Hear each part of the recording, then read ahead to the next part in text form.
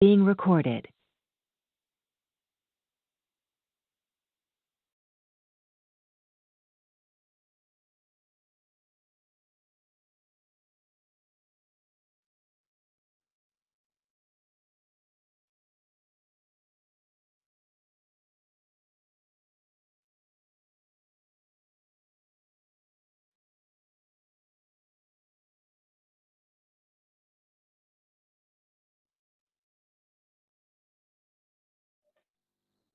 ¿Aló? ¿Ahora se escucha?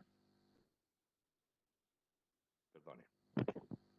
Todo de nuevo, todo de nuevo.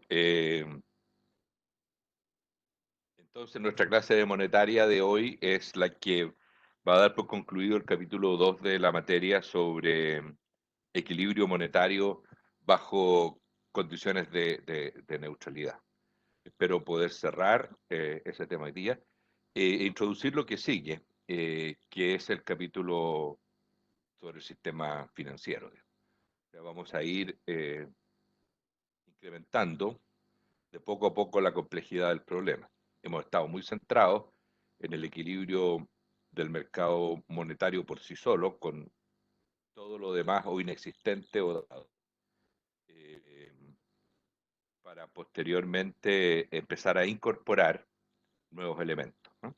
Eh, lo primero que vamos a tratar de hacer hoy día es cerrar el tema de la neutralidad y esta separación existente, pretendidamente existente, entre lo, entre lo nominal entre lo nominal y lo real, ¿no? La verdad es que lo nominal y lo real vamos a ver que están bastante interrelacionados. Como siempre voy a compartir con ustedes el contenido eh, de nuestro texto guía o yo diría más bien diapositivas preparadas en torno a él, ¿no? Y en lo que estamos básicamente es en las condiciones de optimización, ya desde el punto de vista agregado, del equilibrio monetario, ¿no? Ya hemos visto anteriormente la inflación y el impuesto de inflación. Ahora tratemos de analizar esto desde el punto de vista de los equilibrios, eh, pero con una característica más social, más eh, del agregado de toda la sociedad. Entonces, bajo las condiciones de neutralidad que hemos estado viendo, la inflación genera costos. Eh, es una inflación anticipada, digamos, de que todo el mundo termina por conocer, y esos costos que genera tienen que ver con la pérdida de excedente del consumidor, o no poder tener excedente del consumidor, que es esa área bajo la curva de demanda de dinero. Permite a la gente obtener una ganancia porque eh, tiene que pagar un costo alternativo por mantener dinero menor al máximo que estaría dispuesto a entregar. Y por esa razón, la gente en general, el país, todos los demandantes de dinero obtienen una una cierta ganancia, que es este excedente del consumidor. Si las tasas de interés nominal, tenemos este gráfico, las tasas de interés nominal en el eje vertical y el grado de monetización o saldos monetarios sobre el producto en el eje horizontal, la demanda por dinero es la que aparece ahí descrita. Eh, si estamos en un contexto de una alta inflación, una alta tasa de interés nominal, el equilibrio está muy arriba de esta curva de demanda y el excedente que se genera es muy pequeño, ¿ah? Incluso casi nulo. Pero en la medida que baja la tasa de interés nominal, la economía se va monetizando. La gente puede mantener más dinero en relación a su ingreso y el excedente del consumidor, que es el área bajo la curva de demanda, se va a incrementar. Podemos ver rápidamente que el excedente se hace máximo a la mínima tasa de interés nominal, la tasa más baja. Y esta tasa, la mínima tasa de interés nominal, es una tasa igual a cero. No hay muchas experiencias donde la tasa de interés nominal puede ser menor a cero y se reconoce en general de que existe este límite, ¿no? Cero es la tasa de interés nominal más baja que podría existir en la economía y por lo tanto el mínimo costo de mantener dinero que maximiza el excedente del consumidor y por lo tanto la ganancia social asociada a esta monetización de la economía. Sobre la base de este resultado viene la propuesta de Friedman y de la Escuela Monetaria sobre lo que sería la cantidad óptima de dinero, podríamos decir la cantidad óptima de monetización, que es la que permite alcanzar una tasa de interés nominal igual a cero. ¿Mm? ¿Qué quiere decir una tasa de interés nominal igual a cero? Bueno, que la deflación compensa la tasa de interés real.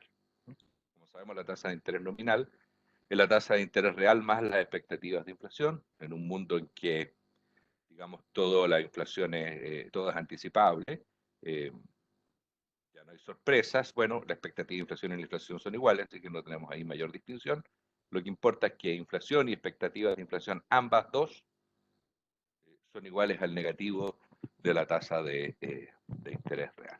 O sea, el equilibrio propuesto por la escuela monetarista, el equilibrio óptimo desde el punto de vista social, es un equilibrio con deflación.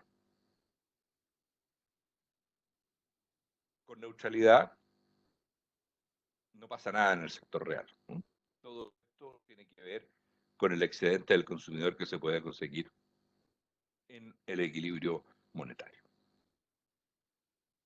Bien, veamos, veamos si hay algunas consultas.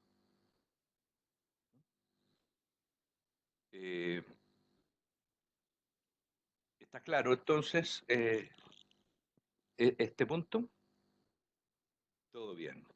Ahora, ¿qué críticas podemos hacerle a esta propuesta? ¿Es conveniente seguir esta idea de tratar de generar una tasa, tener como meta una tasa de inflación negativa igual a la tasa de interés real? Si yo le dijera la tasa de interés real hoy día es de, qué sé yo, 1%, ¿sería lo razonable que el Banco Central siguiera una meta de inflación o tratara de conseguir una inflación de menos 1%? Para poder tener una tasa de interés nominal igual a cero, si la tasa de interés real es 1, tenemos que generar una expectativa de deflación para compensarla. Y así 1 menos 1 igual 0, la tasa de interés nominal sería 0. ¿Es razonable? Si no es razonable, bueno, no estaría preguntándolo, pero si no es razonable, ¿por qué no es razonable? ¿Por qué no es razonable? ¿Cuál es el problema? ¿La deflación es algo inocuo? Toda esta idea de inflación, deflación inocua, que no genera efectos, es decir, como agüita pura, agüita limpia, que no importa, digamos, cuánta caiga, digamos, está bien, todo se aprovecha, no hace mayor diferencia. Eh, la verdad es que tenemos que volver a pensar un poco más sobre qué es lo que está detrás de la inflación. Eh, y eso y eso la verdad que es donde está la respuesta. La respuesta efectivamente es no es esta propuesta de verdad una propuesta conveniente y los bancos centrales en el mundo, ya en estos últimos 30 años, no siguen metas de deflación. Más aún, Japón, cuando ha sido el único país que ha tendido a caer en deflación, ha tratado de huir de ella con toda su fuerza, digamos, teniendo un éxito limitado, pero éxito al fin. ¿Mm? ¿Por qué? Bueno, aquí hay dos elementos importantes de reconocer. Primero, que en el corto plazo no hay neutralidad. Y por lo tanto, la inflación va a generar efectos reales, va a generar efectos sobre la economía real. Y en segundo lugar, que esa inflación no es, no es cierta, es incierta, es desconocida, ¿no? Se generan problemas de confusión y de expectativa. Veamos algunos costos reales de la inflación. Primero, que agrava las distorsiones del sistema tributario. Esto quiere decir de que tiende a incrementar las tasas efectivas de impuestos. Eh, por ejemplo, cuando el ingreso nominal o las ganancias de capital crecen porque simplemente hay mayor inflación. Entonces, se aplican impuestos mayores para valores que en términos reales siguen siendo exactamente los mismos. Las tablas progresivas de impuesto a la renta, si se calculan sobre bases nominales, generan ese problema. Una mayor inflación hace que la gente pague, por un lado, más impuestos. Por ese lado, la inflación parece ser favorable al sistema tributario, pero desfavorable para quienes pagan impuestos. Primera distorsión en el sistema tributario. La segunda distorsión en el sistema tributario es al revés. Reduce el valor real de la tributación que el gobierno logra captar. Esto es particularmente cierto cuando la inflación es alta y cuando hay una demora entre el cálculo del impuesto y el pago efectivo de este.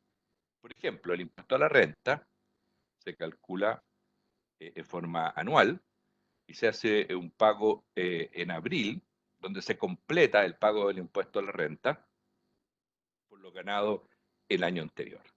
Con alta inflación, esa demora que existe hasta realizar finalmente el pago reduce el valor real de los tributos que efectivamente recibe el fisco. ¿Eh? Y en el extremo, cuando la inflación es altísima, el fisco tiene problemas y entonces tiene que buscar todo tipo de sistemas para acelerar el pago de la inflación. El pago de los tributos, digamos, ¿no? Para evitar el deterioro de la inflación. Así que por ese lado tenemos un tipo de problemas prácticos que genera dificultades para la administración tributaria y también para los que pagan los tributos. Segundo problema, los contratos nominales se hacen más riesgosos. Eh, Cuando hay inflación, por ejemplo, y hacemos un préstamo, un banco hace un préstamo, le tiene que sumar al préstamo a esa tasa nominal una expectativa de inflación. Mientras más variable sea la inflación, mayor va a ser el riesgo que va a tener ese contrato y por lo tanto mayor va a ser el margen por riesgo inflacionario que se le va a tender a introducir.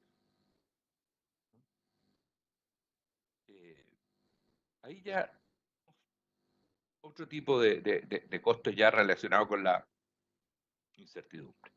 Yo sé, nosotros en Chile introdujimos la UEF eh, como forma de enfrentar todo esto. Y la unidad tributaria mensual, etcétera. O sea, nosotros ya hemos vivido estos problemas y encontrado algunas formas de compensación. Pero igual la compensación nunca es completa. Todavía la inflación puede seguir generando problemas, aunque exista la UEF, y yo voy a mostrarles por qué.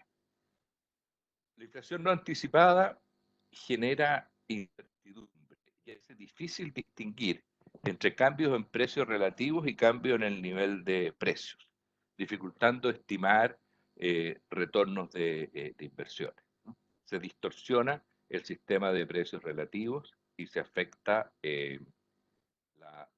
la incertidumbre respecto de eso, ¿no? Ahí tenemos otro costo de eficiencia asociado a la inflación. Pero todavía estos no son los más importantes a mi juicio. Los más importantes son estos dos. ¿Mm? Desde un punto de vista de eficiencia, veamos al último de abajo. Desde el punto de vista de eficiencia, este es el peor de todos. Cuando hay inflación no anticipada, se desvían recursos reales para destinarlos a actividades de protección o de juego contra la inflación, lo que tiene costos sociales que pueden ser importantes. Con inflación, los mercados financieros, en lugar de buscar una óptima asignación de recursos y de inversiones, se dedican más que nada a especular contra para aprovechar la inflación. Esa especulación contra o para aprovechar la inflación es básicamente un juego de suma cero, porque lo que unos ganen va a ser lo que otros pierden. Y en ese sentido, hay recursos reales de la sociedad, personas, expertos, capital, tecnologías, etcétera, dedicados a jugar un juego que para la sociedad no hace ninguna contribución. Si esos recursos estuvieran destinados a seleccionar proyectos de inversión con beneficios reales, evaluar, etcétera, ahí habría un beneficio real, pero en el juego no hay ninguno. Y esa es la primera y principal razón de eficiencia contra la inflación. Por último, y no por eso menos importante, ¿no es cierto?, las personas eh, de menores ingresos tienen menos mecanismos para protegerse contra la inflación. Y por lo tanto, la inflación va a tender a generar transferencias de riqueza y de ingresos desde los menos de menores ingresos, los más vulnerables, hacia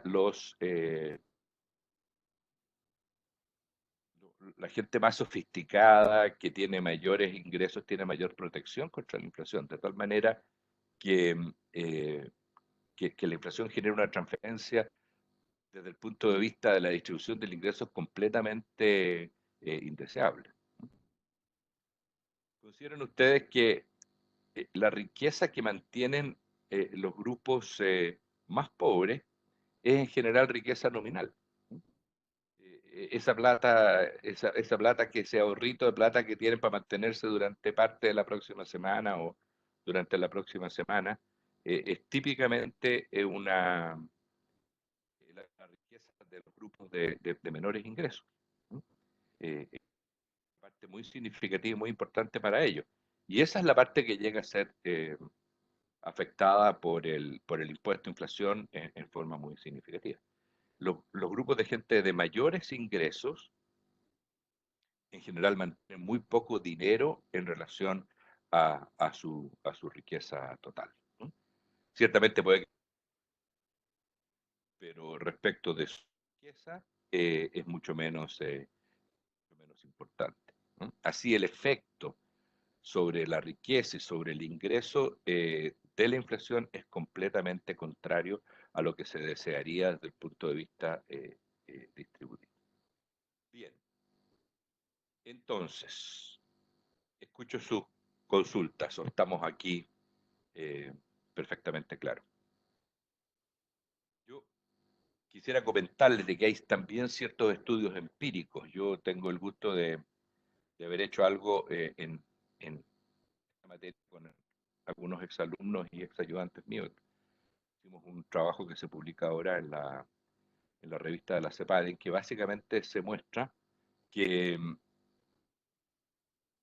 la inflación y su volatilidad, que es una cosa que está completamente demostrado ya desde mucho tiempo, que mientras más alta es la inflación, más volátil y más incierta se vuelve ella. La inflación y su volatilidad afectan negativamente el crecimiento de largo plazo. Esto no es una cuestión inocua. Eh, Mientras mayor inflación, inflaciones altas, las economías tienden a crecer menos. Y esto se hizo con datos del Banco Mundial y del Fondo Monetario para 120 países desde el año 1980 a 2015 aproximadamente, ¿no? Podemos, podemos mostrar eso. Y también lo otro que se observa es que hay umbrales, o sea, la inflación en un principio no es dañina. Hay ciertos rangos en que la inflación es útil, hasta 5%, hasta 10% anual, no genera mayores costos. Pero, pero más allá de ese 10%, ya la inflación empieza a generar costos que se expresan en una eh, peor capacidad de crecimiento, ¿no? Una mayor dificultad para crecer. Bien, no logro todavía motivar mucho la discusión, pero será que estamos claros en esto, ¿no? Eh, la verdad es que la inflación es mala en exceso, ¿no? Hay una cierta inflación que es adecuada, que es óptima. Y la verdad es que la inflación óptima no es cero, ni menos la propuesta de la escuela monetarista de una inflación negativa, ¿no? Eh, la inflación negativa no es entonces lo que buscamos, no es la óptima desde el punto de vista social. ¿Qué es lo óptimo desde el punto de vista social? Una inflación baja y predecible. Una inflación baja y predecible, digamos, de un dígito y predecible. ¿Por qué? Bueno, hay, hay dos razones fundamentales para querer una inflación baja y predecible. La primera es de que en el mundo real hay precios nominales que tienden a ser rígidos a la baja o que les cuesta bajar. La inflación actúa como lubricante para el ajuste de precios relativos, permitiendo la reducción de precios relativos sin caída de precios nominales. Permite un cierto ajuste en el de precios relativos sin que tengan que caer todos los precios nominales. Cualquiera sea la naturaleza de esa rigidez, pero en el mundo real se observa y por eso que una pequeña cantidad de inflación es adecuada. Segundo, y fíjense que tal vez más importante en el mundo que toca vivir, enfrenta la economía global, una tasa de inflación positiva le da más margen de maniobra a la política monetaria, porque hace posible tasas de interés reales negativas. Es decir, aumenta la tasa de interés, hace más negativa la tasa de interés real, que es compatible con una tasa de interés nominal de cero. Cuando se le quiere dar un estímulo de demanda a la economía después de recibir un shock como este del COVID-19, necesitamos generar tasas de interés reales negativas. Si tuviésemos deflación, no, no podríamos. Con tasa de interés nominal de cero eh, y con deflación, la tasa de interés real sería necesariamente positiva. Y por lo tanto estaría limitado el estímulo que la política monetaria puede dar. Si tenemos en cambio una inflación esperada de 2, 3%, 4%, podemos generar una tasa de interés real negativa, que actúe como estímulo temporal para generar la recuperación de la economía que se requiere, ¿no? Eh, Esas yo creo que son las dos principales razones. La otra razón tiene que ver con, eh, con los costos reales que genera la deflación, porque eh, tiende a incrementar la tasa de interés real y el valor de las deudas. Cuando hay deflación, todas las deudas se reajustan en valor real, todas las deudas que están expresadas en términos nominales, que son las deudas más habituales. Bien. Beneficios de la inflación, costos de la inflación. ¿Alguna consulta o comentario? Los tengo todos. Si alguien quiere, puede incluso hacer uso de la palabra en forma ordenada.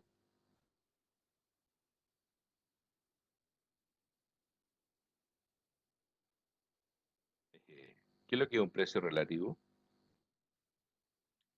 Podemos decir que los precios relativos son precios reales, ¿no es cierto? Son precios en que se expresa el intercambio de un bien por otro.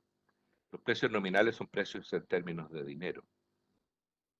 Por ejemplo, si necesitamos que bajen los precios de los arriendos, y estos tienden a estar fijados por contratos en términos nominales, y esos precios de los arriendos entonces no van a bajar. Supongamos que están sujetos a grandes rigideces y esos precios nominales no van a bajar. ¿Cómo podemos conseguir que bajen los precios del arriendo relativo a los precios de todos los otros bienes, sin que bajen los precios nominales de los arriendos? Bueno, podemos decir que el precio real de los arriendos o precio relativo de los arriendos es el precio nominal de los arriendos dividido por todo el nivel de precios. Si todo el nivel de precios sube, entonces el precio relativo de los arriendos baja. Así pudimos bajar un precio relativo sin que bajara su precio nominal o su precio determinado en otras palabras, hay precios que se pueden quedar atrás, ¿no? Y esos son los precios que en términos relativos bajan, ¿no? Bien, hay otra, bueno, a ver, los salarios son otro precio nominal. Y también a veces podemos pensar en que se requiere que bajen los salarios, por ejemplo, una situación eh, de alto desempleo en algún sector particular de la economía relacionado a algún tipo particular de actividad. Eh, y la baja de los salarios, si los salarios nominales están fijos, la baja de los salarios reales podría hacerse a través del alza de nivel de precio. Sí, pero los salarios no están en el nivel de precios. En el nivel de precios están solamente la canasta de precios al consumidor.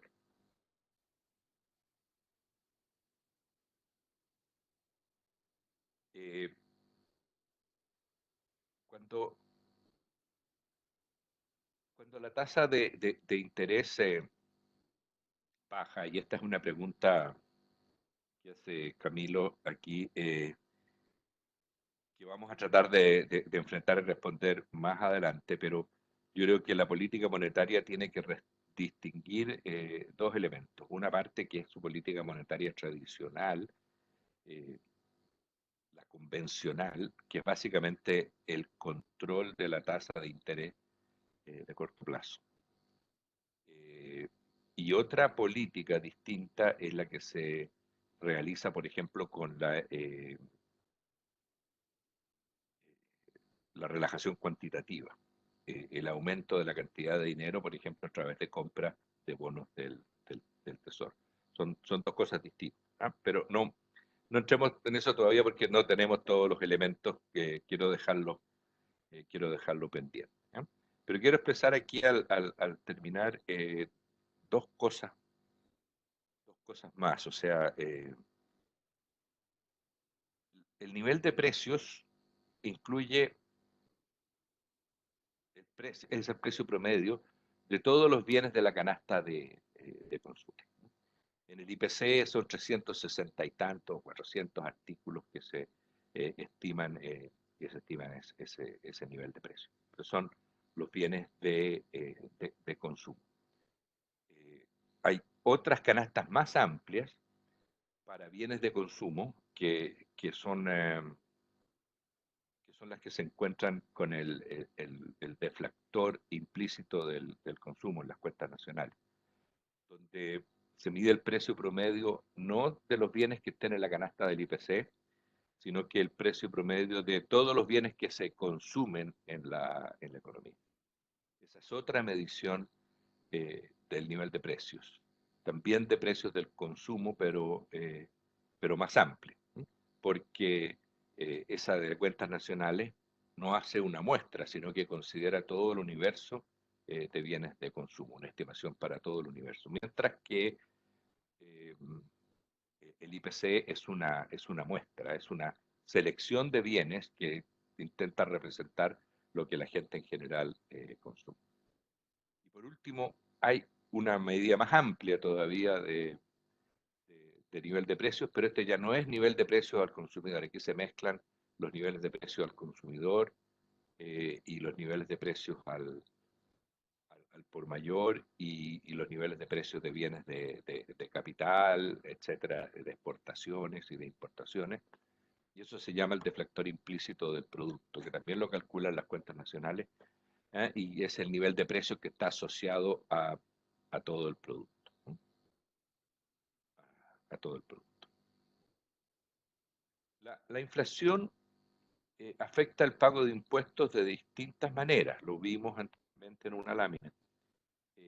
Acá en Chile nosotros tenemos el sistema tributario relativamente adecuado a la inflación, de tal manera que pagamos impuestos con un cierto reajuste, lo pagamos en términos de un cálculo que se hace sobre la base de unidades tributarias mensuales o unidades tributarias anuales cuyo valor es reajustable. De tal manera que nuestro sistema está relativamente protegido de la inflación. ¿Sí? Esto porque Chile tiene una experiencia inflacionaria en el pasado muy larga y realizó esas adecuaciones. Pero en otras partes del mundo donde la inflación ha sido más esporádica, cuando aparece, genera efectos muy nocivos sobre el sistema tributario. Uno, que tiende a aumentar los tributos, ¿no es cierto? Como les explicaba, que calcula como ganancia de capital real algo que es una ganancia nominal. Por ejemplo, en los Estados Unidos se paga impuestos por la ganancia de capital de comprar y vender una propiedad. Si alguien compró una propiedad antes de que se iniciara una inflación en 100, hubo una inflación de 100% y la propiedad subió a 200. En términos reales la propiedad no ha subido, pero si esa persona vende esa propiedad, se le va a calcular una ganancia de capital de 100 y va a tener que pagar impuestos sobre esa ganancia de capital de 100. Esa es una distorsión que genera sobre la inflación, sobre el sistema tributario y la inflación. Y eh, la otra es contrario al sistema tributario, es si lo que sucedía, por ejemplo, en Alemania, en Austria, durante la hiperinflación, que la gente declaraba sus impuestos sobre la base de los ingresos que había obtenido el año pasado, el año anterior, y los pagaba en el mes de abril o mayo, no sé, 5 o 6 meses después. La verdad que los ingresos que obtuvo entonces implicaban una tasa de impuestos, no sé, si tuvo 100.000 marcos de ingresos y la tasa de impuestos era 10%, pagaba 10.000 marcos. ¿Okay? Y resulta que cuando llegaba a pagar esos 10.000 marcos, esos 10.000 marcos estaban ya completamente desvalorizados porque había una inflación de 10, 20, 30, 40% mensual, de tal manera de que pagaba, no sé, menos de la mitad del valor real de lo que debía haber pagado. ¿Mm? Bien, eso es el efecto de la inflación sobre de la inflación de la inflación sobre el sistema tributario. Bueno, ¿cuál es la inflación óptima? Una tasa baja pero positiva y estable, 0 a 5%. En general, ahí están todas las metas de inflación. Bajo 5% anual la inflación podemos ver que es estable, controlable, es predecible. La inflación sobre 10% en cambio se vuelve volátil y difícil de controlar. ¿Por qué mantenerla en 5? Porque hay shocks, como por ejemplo los que nos pueden afectar ahora por deflación, por aumento de los precios internacionales, etcétera, que llevan la inflación a niveles más altos. Si lo tenemos entre 0 y 5 y algún shock la lleva entre 5 y 10, la podemos volver a controlar. Además, hay algo que no podemos olvidar, que es que todas las mediciones que hacemos están sujetas a un cierto grado de error, sesgo de medición. Y el sesgo de medición de la inflación medida por el IPC tiende a ser del orden de 2% anual. Es decir, si nos dicen que la inflación es de 2% anual, la inflación verdadera sería más bien cercana a cero. Y esto es porque hay dos elementos que entran en este sesgo. El primero de ellos es la posibilidad de hacer recomposición de la canasta ante cambio de los precios relativos. Eso tiene que ver usted en microeconomía, en introducción a la micro al menos, algo de eso veíamos, de que la gente cuando cambian los precios, si cambian los precios relativos, pueden sustituir arroz por papas o papas por tallarines o pollo por chancho, chancho o lechuga por acelga, no sé. Y de esa manera, haciendo sustitución, puede evitar en parte el efecto de la inflación y por lo tanto la inflación verdadera que enfrenta es menor. Segundo, por el cambio tecnológico. Eh, el cambio tecnológico implica una cierta mejora en la calidad de los bienes de la canasta. De tal manera que nosotros terminamos pagando por bienes mejores y sin embargo la canasta capta una alza de precios que no debería estarse registrando. Por ejemplo, los computadores, por ejemplo, en los automóviles, por ejemplo, en los mismos celulares. Eh, los que existían hace 1, 2 o 3 años atrás son de menor calidad que los que existen hoy día. Y si comparamos los precios hace 1, 2 o 3 años atrás, sin hacer una corrección por las mejoras de calidad, tenemos un sesgo de medición en la inflación que es positiva. Bien, entonces esa es la inflación óptima. ¿Cuánto es exactamente? Bueno, no sabemos y ahí está en manos de cada autoridad señalar cuál es la que quiere perseguir. En el caso de Chile tenemos como un rango de 2 a 4% centrado en 3. Esa es la representación de la inflación que, que se persigue o que la autoridad monetaria busca alcanzar. Eh, ok, vamos a tratar de completar hoy día la introducción de un segundo elemento de análisis, porque hasta aquí estamos hablando de mercado monetario con neutralidad y solo mercado monetario. Por ahí hemos mencionado de repente operaciones de cambio, pero eh, ¿cómo podemos incorporar al análisis el hecho de que la economía es abierta y que nuestra moneda no es la única moneda del mundo, que realizamos transacciones internacionales que se realizan con otra moneda que no es la nuestra? Lo que eso determina es que hay un tipo de cambio, ¿no? Y hay un régimen cambiario. Y ese régimen cambiario afecta el equilibrio monetario.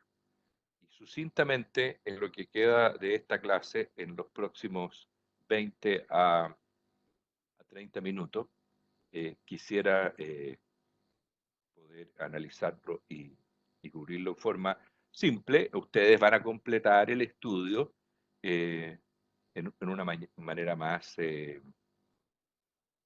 más completa, más profunda, ¿ah? Viendo las matemáticas, que no quiero detenerme en eso, sino que solamente hacer un análisis más o menos eh, general e intuitivo. Vamos a partir con el primer régimen cambiario, que es el más tradicional, que es el régimen de tipo de cambio fijo, ¿no? El que imperó bajo el patrón oro y también imperó bajo el arreglo de Bretton Woods, que siguió a la Segunda Guerra Mundial. Con tipo de cambio fijo hay una paridad determinada por decisión de la autoridad entre la moneda nacional y la moneda extranjera. Entonces, el equilibrio se va a dar a través de cambios en la oferta de dinero generados a través de las reservas internacionales. A través de las reservas internacionales. Con tipo de cambio fijo, el Banco Central está obligado a comprar y vender moneda extranjera al tipo de cambio dado. De tal manera que cuando haya aumento en sus reservas internacionales, es porque está incrementando la cantidad de dinero, ¿no? Es porque está comprando reservas internacionales en el mercado y a través de eso está incrementando sus reservas e inyectando liquidez. Veamos cómo se da intuitivamente un equilibrio monetario bajo estas condiciones de tipo de cambio fijo. Nuevamente tenemos el mercado monetario con la tasa de interés en el eje vertical y la cantidad de dinero eh, nominal en el eje horizontal, dinero nominal. El equilibrio de la economía está en el punto cero, donde la curva de demanda, dibujada en azul, corta la curva de oferta, dibujada en rojo. Hasta ahí todo bien.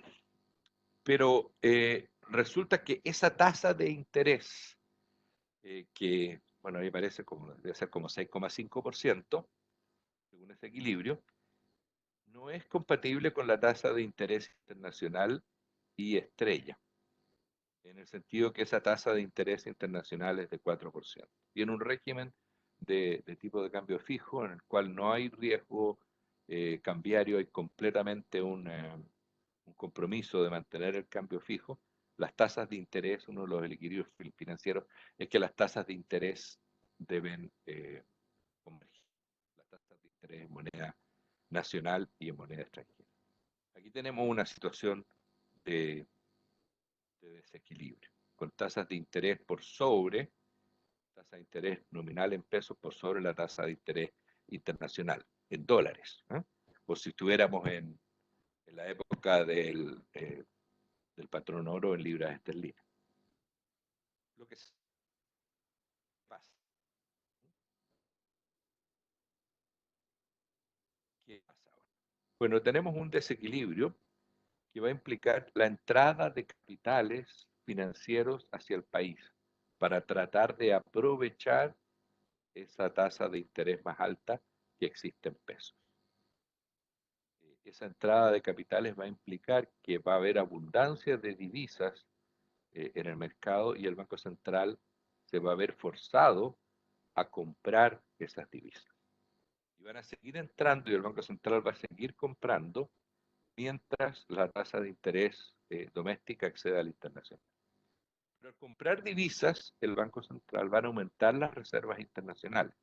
Y si aumentan las reservas internacionales, el dinero de alto poder expansivo aumenta y con ello la oferta de dinero se va a ir moviendo hacia la derecha. Y la economía va a ir transitando a lo largo de la curva de demanda por dinero, desde el punto cero hasta el punto 1, donde está el nuevo equilibrio. Entonces, con tipo de cambio fijo, eh, el equilibrio monetario general se da a través de cambios en las reservas internacionales. Superávits o déficits en la balanza de pago, ¿no? Los superávits son los más fáciles de manejar porque simplemente el Banco Central mantiene más reservas internacionales y se llega a este equilibrio. La matemática de eso está expresada aquí y que básicamente esto es lo que se llama el enfoque monetario de la balanza de pagos, que tiene dos ecuaciones, una de oferta de dinero y una de demanda de dinero. La de oferta de dinero tiene la novedad de que distingue entre cambios en el crédito doméstico y cambios en las reservas internacionales. Las reservas internacionales son el elemento endógeno de ajuste y el crédito doméstico es el elemento de política monetaria que el Banco Central conserva para sí. La demanda por dinero es la demanda que hemos estado viendo y simplemente a través de hacer un equilibrio de flujos en esa entre oferta y demanda de dinero, vale decir, cambio en el logaritmo de la oferta igual cambio en el logaritmo de la demanda, es que podemos deducir, derivar, despejar una ecuación de equilibrio monetario en que el cambio en las reservas internacionales se acomoda a todas estas cosas que anotamos aquí. Las reservas internacionales aumentan con la inflación internacional, las reservas internacionales aumentan con el crecimiento del producto y las reservas internacionales disminuyen con el aumento en la tasa de interés doméstica y externa, que tienen que ser iguales en equilibrio, y las reservas internacionales disminuyen con el crédito doméstico, tal como está aquí presentado. Ese es el enfoque monetario de la balanza de pagos. ¿Cuáles son las variables endógenas? Bien, en este caso, en este régimen cambiario, las variables endógenas son el dinero y las reservas internacionales. En particular, la variable endógena fundamental son las reservas internacionales. Ella es la que genera el ajuste. El tipo de cambio está dado, es una variable exógena. Y las variables externas, como la inflación internacional, la tasa de interés internacional, también son variables exógenas por el hecho de ser externas. El crédito doméstico, variable de política, en este caso es también una variable exógena. Sí, la inflación externa influye en la variación de las RIN asumiendo paridad del poder de compra. En castellano no se escribe PPP, en castellano se escribe PPC, paridad del poder de compra. En inglés, Purchasing Power Parity. Esa es la diferencia. Sí, el enfoque monetario de la balanza de pagos supone paridad del poder de compra, ¿no? Estamos en ese tipo de mundo. Es un enfoque completamente clásico, también asociado a la neutralidad y supone estas relaciones de largo plazo. También supone paridad de las tasas de interés. ¿Eh? Supone paridad de las tasas de interés domésticas y externas, que con tipo de cambio fijo simplemente que las dos tasas sean iguales, ¿no? Muy importante el contenido de esta pregunta, muy importante, porque las variables endógenas en economía, en particular aquí en monetaria, en lo que estamos analizando, dependen del régimen de política, ¿no? El régimen de política, régimen cambiario, es un elemento determinante de cuáles son las variables endógenas en la economía, cuáles son las variables que realizan el ajuste, ¿no? Y eso lo podemos ver. Bueno, no hay consultas, no hay más consultas respecto al enfoque monetario de la balanza de pagos y el ajuste con tipo de cambio fijo. ¿Hay más o no hay más? Bien. Entonces, si no, vamos al... A ver, parece que había uno ahí.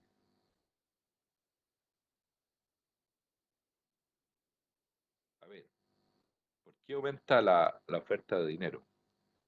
Bueno, la oferta de dinero aumenta en este caso para generar el equilibrio monetario, porque en la economía nacional, en la economía doméstica, hay una tasa de interés más alta que la extranjera. Y eso determina entrada de capitales desde afuera hacia el país que obligan al Banco Central a comprar reservas internacionales. Y esa compra de reservas internacionales implica una inyección de dinero. Esa inyección de dinero es lo que aumenta la oferta. Ahora, eso es un ajuste endógeno que va llevando a la economía hacia el equilibrio, porque al aumentar la oferta de dinero para la misma demanda, la tasa de interés se va reduciendo. Entonces, el origen de estas entradas de capitales va siendo eliminado, reducido, tratado, ¿no? Hasta que completamente se extingue cuando la tasa de interés doméstica es igual a la internacional. Por eso aumentaba la oferta de dinero, por eso aumentan las reservas internacionales. El problema original es que la tasa de interés doméstica está sobre la internacional. Veamos la comparación con el otro régimen, con tipo de cambio flotante. Partamos de la misma situación inicial. Estamos en el punto cero, donde oferta igual demanda. Hay una tasa de interés de equilibrio del orden de 6,5%, pero la tasa de interés internacional es de 4%. Y por lo tanto, digamos que aquí hay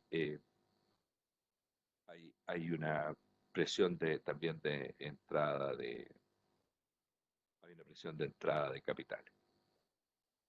Tenemos que en el eje vertical es la tasa de interés nominal y en el eje horizontal es el dinero. ¿Ah? Estamos pensando que ese sea el dinero real para hacer perdón, el dinero nominal, disculpen, dinero nominal para hacer este análisis. En este caso también van a entrar capitales, porque la tasa de interés doméstica es más alta que la extranjera, etcétera, etcétera. Pero ahora el Banco Central no está obligado a comprar o vender reservas internacionales, porque el régimen no es de tipo cambio fijo. El Banco Central se lava las manos, dice, bueno, esto es un asunto de mercado, el mercado va a tener que hacerse cargo de él a través de fluctuaciones en el tipo de cambio. ¿Y cómo va a fluctuar el tipo de cambio si aquí hay una fuerte entrada de capitales porque la tasa de interés doméstica es mayor que la internacional? Hay más divisas en el país, lógico, el tipo de cambio se deprime, el tipo de cambio baja. Aquí hay una apreciación del peso, porque están echando muchos dólares en la economía. Y nuevamente, haciendo uso de esta idea de la paridad del poder de compra, el nivel de precios en el país va a tender a bajar. Porque el tipo de cambio es más bajo, los bienes internacionales van a tener un menor precio doméstico. Y esa disminución del nivel de precios va a bajar la demanda por dinero nominal hacia abajo y a la izquierda, lo cual va a permitir que la economía se deslice eh, desde el punto 0 hasta el punto 2 a lo largo de la curva de oferta. En este caso, con tipo de cambio flotante, la apreciación cambiaria va a implicar una baja en el nivel de precios, no va a significar cambio ni en reservas ni en la cantidad de dinero, eh, a no ser el efecto por multiplicador que va a ser menor, una tasa de interés, una tasa de interés más baja, y va a ir reduciendo entonces la tasa de interés conforme va disminuyendo la demanda nominal por dinero, hasta que llegamos al punto 2. Al punto 2, y donde tenemos un pleno equilibrio, tasa de interés doméstica igual al internacional, oferta igual demanda de dinero. Este enfoque, este equilibrio es del enfoque monetario del tipo de cambio. Básicamente usa las mismas ecuaciones del caso anterior, pero en este caso la variable endógena que se despeja y que es, digamos, la que actúa como elemento generador del equilibrio no son las reservas internacionales. Las reservas internacionales no cambian, están fijas porque el Banco Central no interviene en el mercado cambiario bajo tipo de cambio flotante, y tenemos que entonces derivamos un equilibrio, una ecuación de equilibrio para el tipo de cambio, y el tipo de cambio se relaciona negativamente con la inflación internacional, negativamente con el crecimiento del PIB, y positivamente con cambios en la tasa de interés internacional, y positivamente con cambios en el crédito doméstico, ¿no? Este es el enfoque monetario del tipo de cambio. El,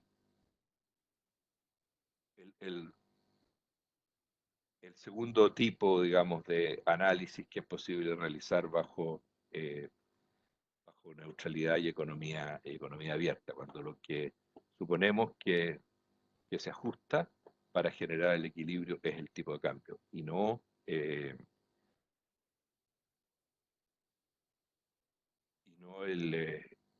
no las reservas internacionales. ¿Mm? Entonces, con esto, con la complementación de los enfoques monetarios, de la balanza de pagos y el tipo de cambio, podemos dar por concluido esta sección de la materia sobre neutralidad. Sí, el tipo de cambio sería la variable de ajuste con flotación.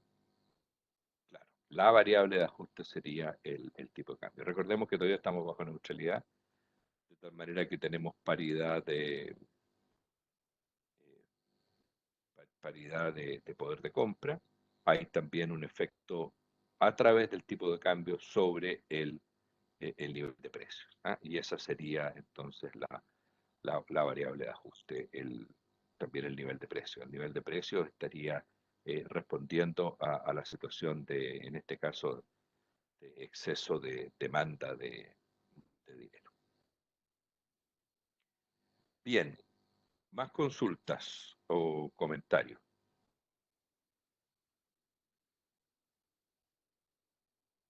Bueno, ustedes pueden revisar en Docencia Web que, dado que ya hemos completado el segundo capítulo de la materia, eh, vamos a entrar con el tercer capítulo, que es mercados financieros y política monetaria. Ya he subido a Docencia Web esa tercera parte que vamos a empezar a revisar en la próxima clase. Vamos a incorporar primero el mercado financiero, las complejidades y las complejidades del mundo real al análisis de política monetaria. Con posterioridad a este tercer capítulo, una vez que completemos el mercado financiero, vamos a integrar a la economía real, es decir, los efectos sobre el producto, la tasa de interés real, etcétera, que tenga el equilibrio monetario y la política monetaria. Muy bien, entonces, esto sería todo por ahora. No sé si hay alguna... Perdón, ¿por qué se contrae la demanda de dinero ante una depreciación? Perdón, el tipo de cambio no se ha depreciado. Aquí tenemos que tener cuidado. Lo que se aprecia o se deprecia es la moneda nacional, no el tipo de cambio. La moneda nacional se aprecia cuando aumenta su valor respecto a la moneda extranjera, y se deprecia cuando disminuye su valor respecto a la moneda extranjera. En este caso hay apreciación, así es, de la moneda nacional. El tipo de cambio sube o baja. En realidad estamos hablando de una apreciación de la moneda nacional porque entraron muchos capitales de fuera. Esa entrada de capitales hace disminuir el tipo de cambio, y a través de esa disminución del tipo de cambio disminuye el nivel de precios. Y eso contrae la demanda por dinero nominal. y a la que se refiere en este caso el análisis del enfoque monetario. Esa es la demanda por dinero que cae y que permite el ajuste. Es cierto que el costo de oportunidad del dinero baja y eso amortigua en parte el, el efecto. Nosotros podemos ver que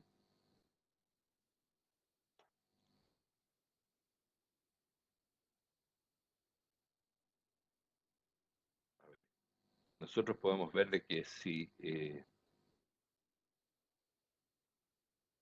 que si no hubiese una baja en la tasa de interés, la reducción del nivel de precio nos llevaría a una demanda por dinero todavía mucho menor, que de hecho está aquí a la izquierda, está a la izquierda del punto del nuevo punto de equilibrio. Como la tasa de interés baja, tenemos un cierto aumento de la demanda por dinero por efecto de menor tasa de interés, pero tenemos toda una reducción de la demanda por dinero por efecto de menor nivel de precio. Recordemos que el efecto del nivel de precio sobre la demanda por dinero nominal es una elasticidad unitaria, mientras que el efecto de la tasa de interés sobre la demanda por dinero puede ser con elasticidad eh, menor que 1. Probablemente es con elasticidad menor que 1, porque para tener una elasticidad ya igual a 1 se requiere de tasa de inflación más o menos importante. Bien, no sé si esto aclara el punto.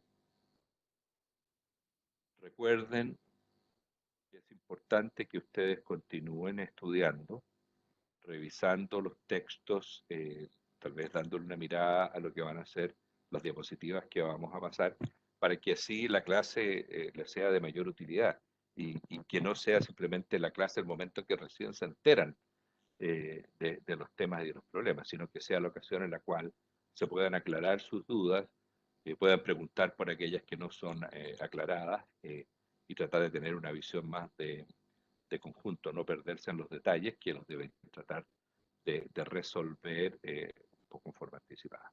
Respecto a eso y porque he tenido peticiones de algunos alumnos o alumnas, eh, estamos preparando una serie de ejercicios, que son los ejercicios que aparecen en el texto mío, eh, tal vez con algunas leves modificaciones, eh, sobre todo esta parte de neutralidad. Eh, Voy a hacerles llegar soluciones de ejercicios para que esas soluciones puedan apoyar su estudio. Quiero ser bien enfático en dos cosas. Primero, el que ustedes tengan esas soluciones no es para que se las aprendan de memoria. Eso no sirve de nada. ¿Eh? Esas soluciones les sirven a ustedes para entender cómo se resuelve el problema. ¿Eh? Eso es lo primero. Ayudarles a entender cómo se resuelve el problema. Permitirles a decir, sí, era así, como yo creía, o evitar que se pierdan un poco. Para eso es. No para que se lo aprendan de memoria, porque no tiene ningún sentido el memorizar los problemas, cambian y si no sabemos las respuestas de memoria a otros problemas, no nos va a haber servido para nada la enseñanza. La enseñanza es para aprender a pensar, para aprender a solucionar problemas y poder enfrentar con ese aprendizaje problemas nuevos en el futuro. Y lo segundo es que al darles estas respuestas que estamos trabajando con los ayudantes, eh, estamos iniciando un proceso de discusión con ustedes, un proceso que puede ser de enriquecimiento de esas respuestas. Es decir, esas respuestas están a manera de manuscrito, a manera de trabajo en proceso, no es algo definitivo. Y espero que ustedes mismos puedan enriquecer esas respuestas con gráficos, con explicaciones intuitivas, incluso con corrección de las matemáticas si es que ellas llegaran a estar erradas o con complementación, ¿no? Es algo que forma parte del trabajo que ustedes también puedan generar, y yo voy a estar muy agradecido si es que le encuentran errores, si es que pueden hacer complementaciones, etcétera. Y estoy seguro que así va a ser, porque todo trabajo humano tiene imperfecciones, ¿no? La cuestión es que lo podamos mejorar con la colaboración de todos. ¿Vale? Vamos a, vamos a quedar entonces hasta aquí. Voy a detener la grabación y